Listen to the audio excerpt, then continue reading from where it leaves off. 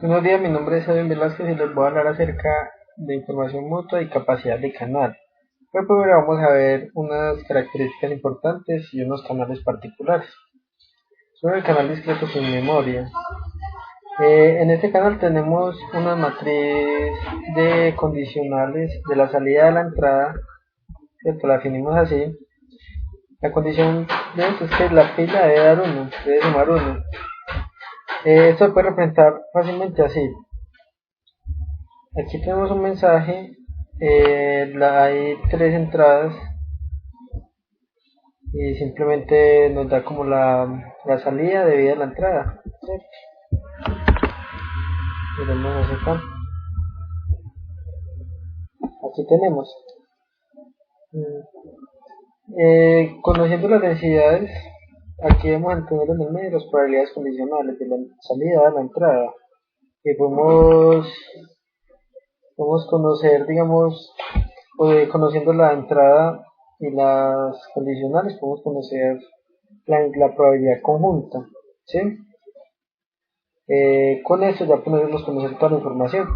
Ya conocemos qué cantidad y esta, podemos calcularlo. Canal discreto sin memoria.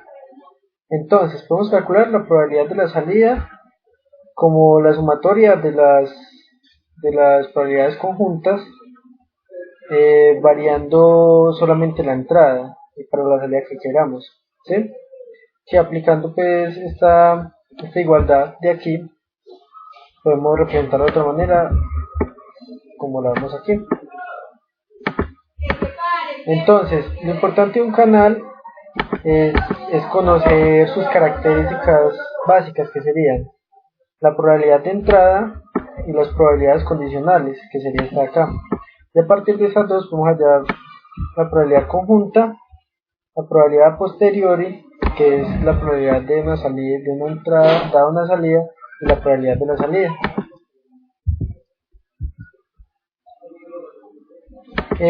Ahora, aquí tenemos nuevamente la fórmula. Es fácil de resumir y recordar, solamente entendiendo las gráficas. Simplemente tenemos aquí la salida, y como este diagrama de árbol nos dice que hay que considerar todas las ramas que entran al nodo J. O sea, hay que mirar cómo es cada entrada, sumar cada entrada para obtener una salida. Como lo vemos aquí, esa sería la probabilidad de salida, ¿sí?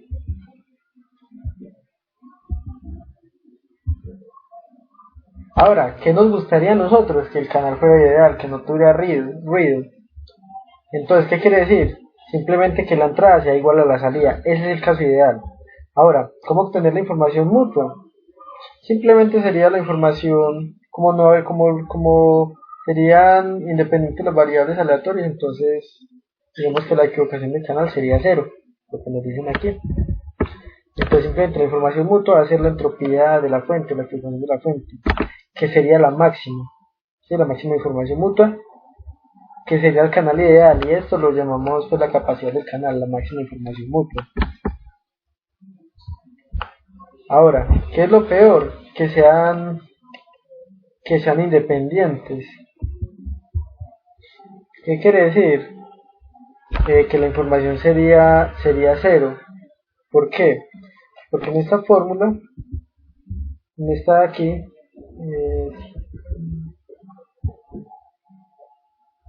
en esta, en la fórmula de la información mutua, nos daría 0, ¿sí? La entropía daría 0. Ya que no tendríamos aquí, tenemos esto aquí. La pérdida de la información sería máxima. ¿Por qué? Porque como son independientes, vemos que aquí la entrada de una salida nos da X, la entropía de la fuente. Si conozco Y, no va a disminuir la incertidumbre de X. Mirámoslo aquí.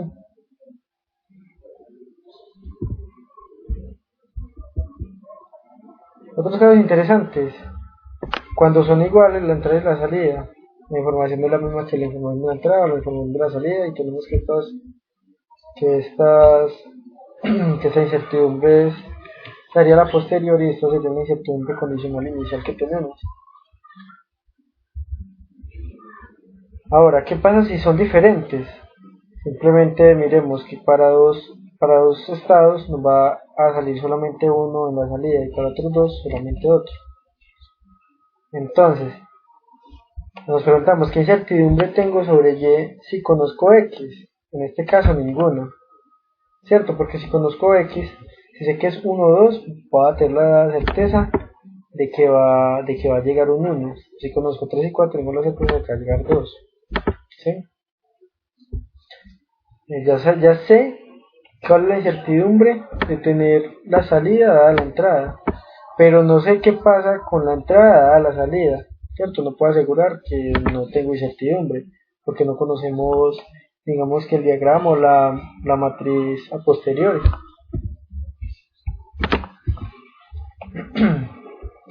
Ahora, un caso simétrico.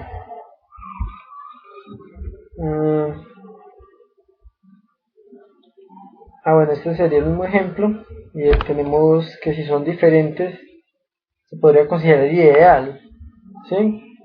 Porque la pérdida en este canal es nula, la pérdida de la entrada a la salida, ¿cierto? ¿Qué es lo que buscamos? Maximizar la información. ¿Con qué lo maximizamos? Simplemente hablando de la capacidad del canal. Entonces, como no se puede cambiar, lo único que podemos variar son las probabilidades de entrada. Entonces, ¿qué hacemos? Simplemente maximizar P de X para llegar a la capacidad del canal. Estamos aquí entonces.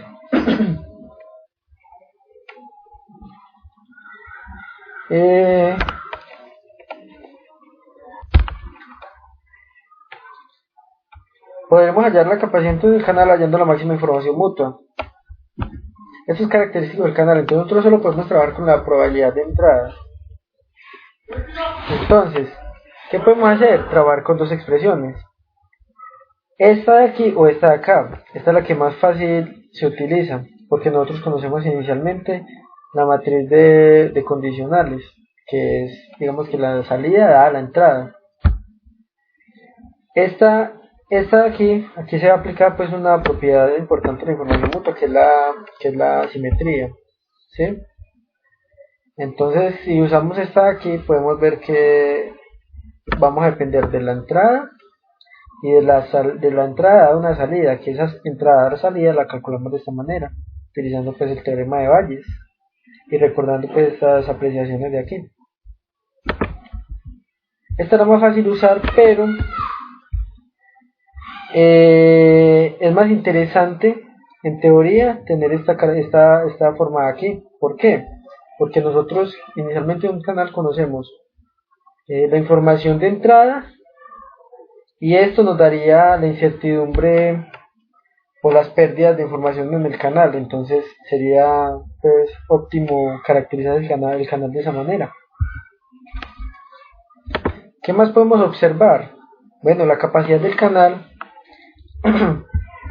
Hay una cosa importante, que si nosotros tenemos un canal binario, nosotros podemos asociar el número de entradas que podemos tener sin cometer errores como 2 a la C siendo la capacidad del canal, ¿cierto?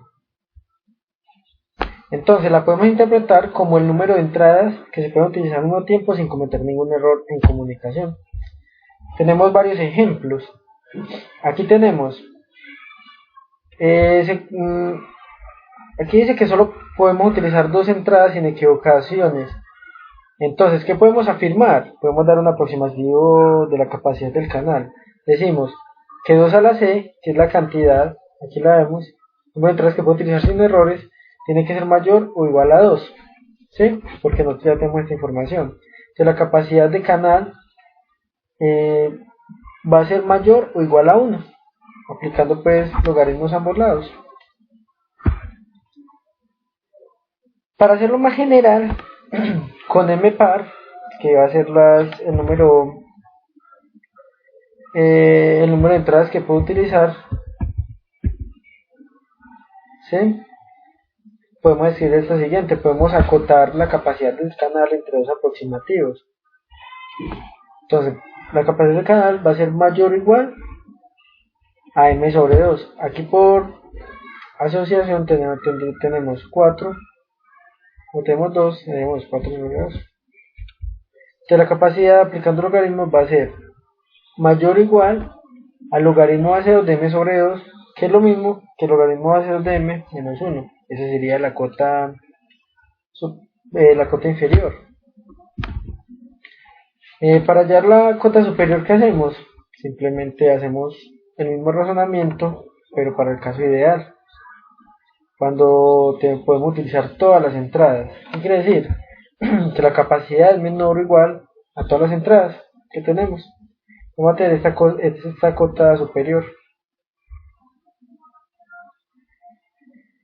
Aquí tenemos entonces un aproximativo de la capacidad del canal, ¿sí? Lo podemos acotar entre estos dos intervalos.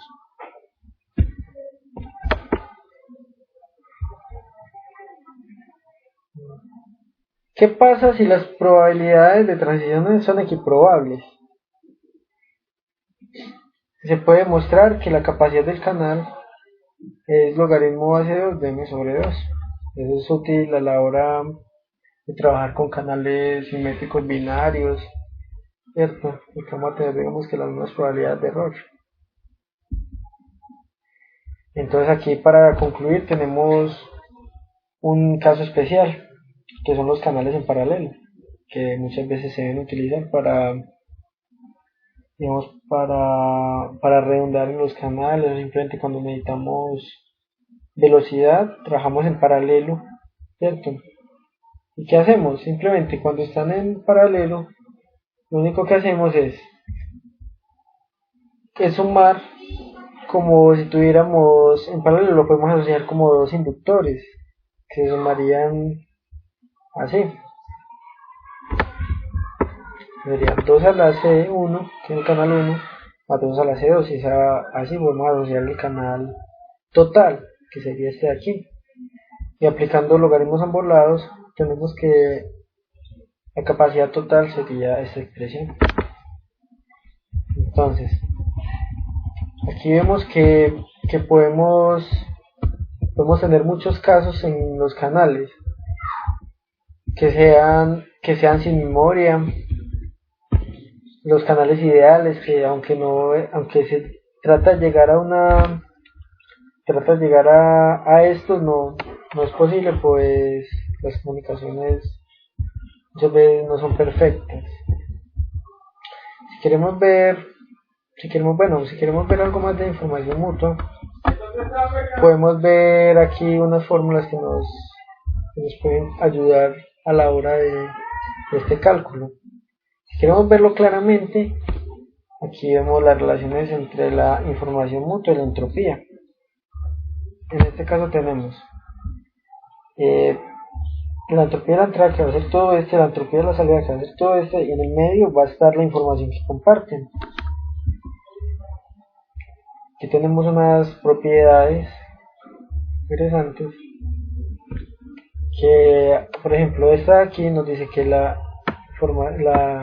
equivocación de XY va a ser menor o igual a la equivocación de la entrada más la equivocación de la salida. Nunca puede ser mayor al 100% la equivocación, ¿cierto?